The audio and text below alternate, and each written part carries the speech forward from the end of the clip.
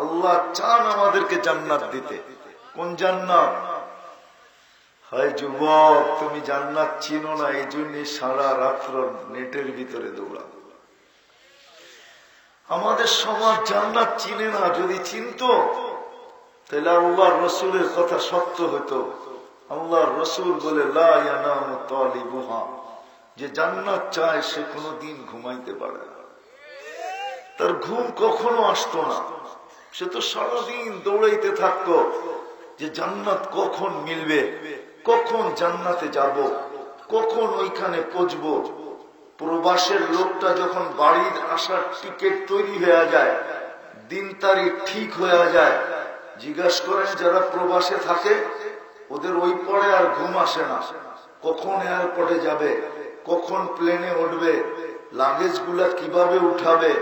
প্লেনে যখন বসা যায় তখন আর মনটা মানে না, ড্রাইভারের চালানটা পছন্দ হয় না, মনে চায় নিজে চালাইয়া বাড়িতে তাড়াতাড়ি চলে আসি। মাঝে মাঝে বলেও, ড্রাইভারটা কি চালায়, আরো জোরে চালাইতে পারে না। খুব গুরি তো আমি, এই জন্য আমারটা আমি বলতেছি। যখন বিদেশ থেকে দেশে আসি তখন মনে চায় প্লেনটা আমি চালাই, ও মনে হয় তাড়াতাড়ি চালায় না, আস্তে আস্তে চালাইতেছে। সত্য এইটাই যে জান্নাত চিনে জানে, ওর ঘুম আসার কথা না। আল্লাহ রসুল বলছে, লা ইয়ানামু তালিবুহা।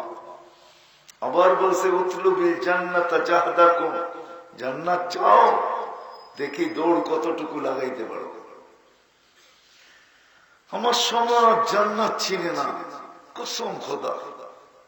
সবাই এই মাটির দুনিয়া নিয়েই প্রেশান, এটা নিয়ে ক্ষান্ত, এটা নিয়ে শান্ত, এটাই পাইতে চায়, এটার পিছিয়ে দৌড়াইতে চায়।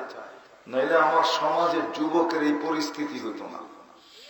আজান হইতো, কেউ মসজিদে আসতো না, এটা হইতো না। সবাই চিৎকার দিতে দিতে আসতো, চলো মসজিদে চলো। কেন? যাইতে দেরি, আল্লাহ জান্নাতের চাবি হাতে দিতে দেরি করবে না, কেননা জান্নাত চাই। যদি এই কথা সত্য হয়, আসসালাতু মিফতাহুল জান্নাহ, যদি এটা সত্য হয়, তাহলে সবাই আজান দিতে দেরি, মসজিদের দিকে দৌড়াইতে দেরি করতো না। তাহলে আমার সমাজের দোকান খোলা থাকতো না, হাট খোলা থাকতো না, বাজার খোলা থাকতো না, মেল ফ্যাক্টরি খোলা থাকতো না, অফিস আদালত খোলা থাকতো না।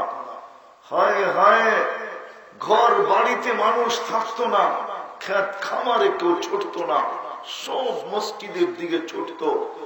মা বোনরা জায়নামাজের দিকে দৌড়াইতো।